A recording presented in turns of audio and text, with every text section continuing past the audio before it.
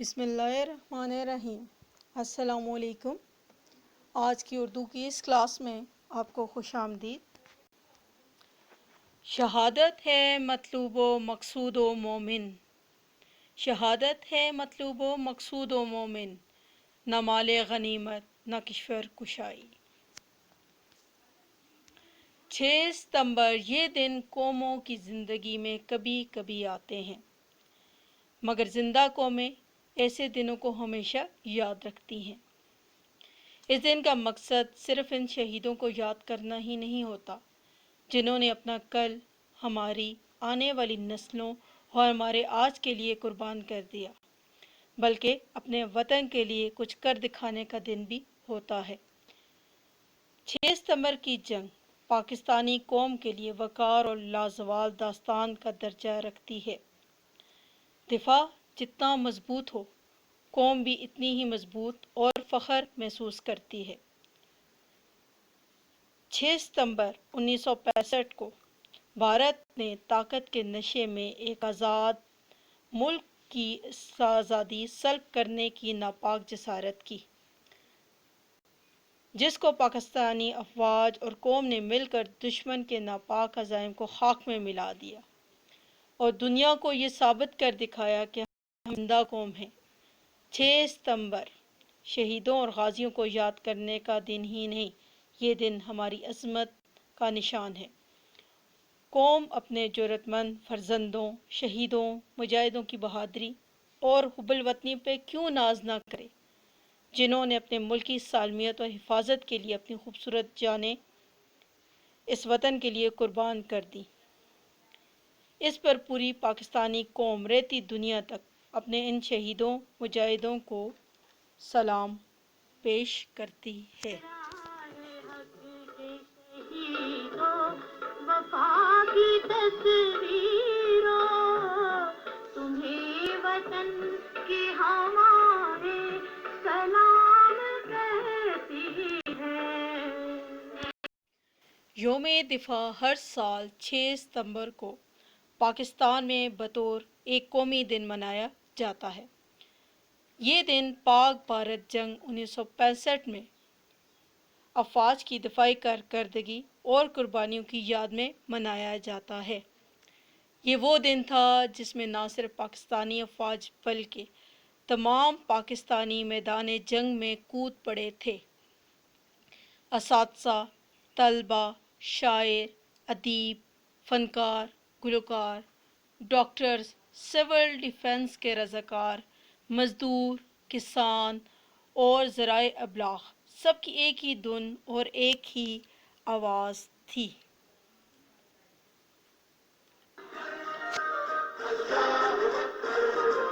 اللہ کی رحمت کا سایہ توحید کا پرچم لہرایا ہے، مرد مجاہد جاگ ذرا اب وقت شہادت ہے آیا۔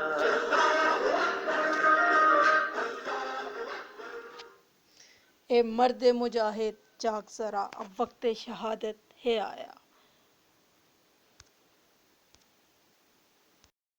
اس جنگ کا پس منظر یہ تھا کہ 1962 میں چین اگر خود جنگ بند نہ کر دیتا تو بھارت صدیوں تک ذلت کے داغ دھو نہ سکتا۔ 1965 میں بھارت نے رن کچ کے محاذ پر پاکستان سے پنجہ آزمائی کی مگر ذلت اٹھانا پڑی، جس پر بھارتی وزیر اعظم نے اعلان کیا کہ اب ہم مرضی کا محاذ منتخب کر کے پاکستان کو مزہ چکھائیں گے۔ چنانچہ بھارت نے 6 ستمبر کو اچانک لاہور کے 3 اطراف سے حملہ کر دیا۔ ستلج رینجرز کے مٹھی بھر جوانوں نے ان کا راستہ روک لیا اور آخری سانس تک لڑتے ہوئے جام شہادت نوش کر گئے۔ نہ کوئی پیچھے ہٹا، نہ کسی نے ہتھیار ڈالے۔ بھارتی فوج جسے لاہور کے مضافات میں ناشتہ کرنا تھا، پو پھٹنے تک یعنی صبح ہونے تک بمشکل 3 میل آگے بڑھ سکی۔ صدر مملکت فیلڈ مارشل محمد ایوب خان کے ایمان افروز خطاب کی وجہ سے ملک اللہ اکبر، پاکستان زندہ باد کے نعروں سے گونج اٹھا۔ فیلڈ مارشل ایوب خان کے اس جملے "پاکستانیوں اٹھو، لا الہ الا اللہ کا ورد کرتے ہوئے آگے بڑھو اور دشمن کو بتا دو کہ اس نے کس قوم کو للکارا ہے۔ ان کے اس خطاب نے قوم کے اندر گویا بجلیاں بھر دیں۔ چونڈا کا سیکٹر، جو کہ ہندوستان کا پسندیدہ اور اہم محاذ تھا، کو پاکستانی فوج کے جوانوں نے اسلحہ و بارود سے نہیں، اپنے جسموں کے ساتھ بم باندھ کر ہندوستانی فوج اور ٹینکوں کا قبرستان بنا دیا۔ جب بھارت نے پاکستان پر حملہ کیا تو میجر عزیز بھٹی لاہور سیکٹر میں برکی کے علاقے میں کمپنی کی کمان کر رہے تھے۔ میجر راجہ عزیز بھٹی 12 ستمبر کو صبح کے 9:30 بجے دشمن کی نقل و حرکت کا دوربین سے مشاہدہ کر رہے تھے کہ ٹینک کا ایک فولادی گولہ ان کے سینے کو چیرتا ہوا پار ہو گیا۔ انہوں نے برکی کے محاذ پر جام شہادت نوش کیا۔ میجر راجہ عزیز بھٹی کو جرأت و بہادری پر انہیں نشان حیدر سے نوازا گیا۔ لاہور پر بھارتی فوج کے حملے کے بعد 6 سپر طیارے فضا میں ایک دم نمودار ہوئے اور پورے 20 منٹ تک دشمنوں پر بموں اور راکٹوں اور گولیوں کی بارش کرتے رہے۔ پٹھان کوٹ کے ہوائی اڈے کی تباہی نے بھارتی فضائیہ کی کمر توڑ کر رکھ دی۔ اس کارنامے کے سرخیل سجاد حیدر ہی تھے۔ انہوں نے نہایت نیچی پرواز کرکے دشمن کے 12 جنگی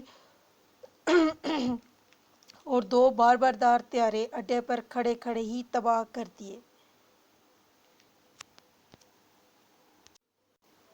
فضائی معرکے کا ایک قابل تحسین معرکہ ایم عالم کا ہے۔ انہوں نے سرگودا کے قریب ایک ہی جھڑپ میں دشمن کے 5 طیارے گرا کر عالمی ریکارڈ قائم کر دیا۔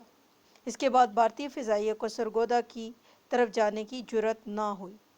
امبالہ کے دفاعی انتظامات کی کہانیاں بڑی مشہور تھیں اور یہ پاکستانی ہوابازوں کے لیے چیلنج بنے ہوئے تھے۔ یہ جنگ تقریباً 17 روز جاری رہی۔ اس جنگ میں بھارت کے مجموعی طور پر 110 طیارے تباہ کر دیے گئے۔ اس کے علاوہ ہماری فضائیہ نے دشمن کے 149 ٹینک، 200 بڑی گاڑیاں اور 20 بڑی توپیں تباہ کر دیں۔ اس کے مقابلے میں پاکستان کے صرف 19 طیارے تباہ ہوئے۔ پاک بحریہ کو سمندری جنگ کے معرکوں میں جو برتری حاصل رہی، ان میں معرکہ دوارکا قابل ذکر ہے۔ یہ معرکہ پاک بحری کی تاریخ کا یادگار حصہ بن چکا ہے۔ دوارکا کی تباہی کا چرچا نہ صرف پاکستان بلکہ پوری دنیا میں مشہور ہے، جس کی وجہ یہ تھی کہ پاکستان کے پاس اسلحہ اور فوج بھارت کے مقابلے بہت کم تھی، اور یہی وہ بات تھی جس کی وجہ سے تمام دنیا حیران و ششدر تھی۔ لیکن دنیا کو کیا معلوم کہ حب وطن اور شوق شہادت نے پاکستانی افواج اور نیتی پاکستانی عوام کو طاقتور دشمن کے آگے سیسہ پلائی دیوار بنا دیا۔ اس جنگ میں دشمن نے جہاں جہاں بھی حملہ کیا وہاں وہاں اسے ذلت و رسوائی کا سامنا کرنا پڑا۔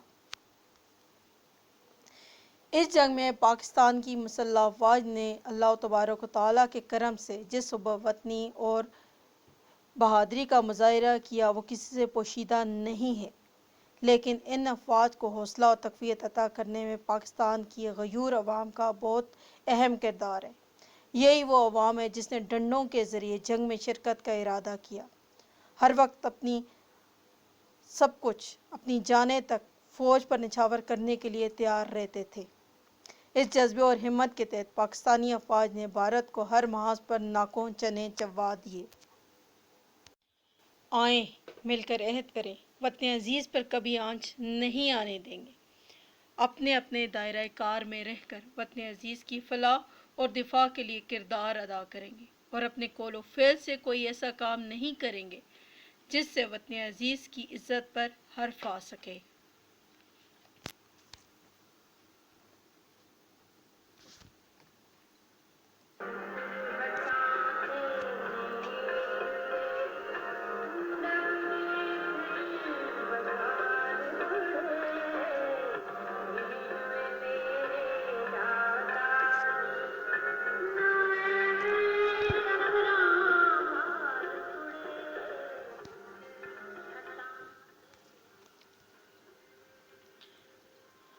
خدا کرے میری عرض پاک پہ اترے وہ فصل گل جسے اندیشہ زوال نہ ہو، یہاں جو پھول کھلے ہیں وہ کھلا رہے برسوں، جننے کی بھی مجال نہ ہو۔ پاکستان زندہ باد۔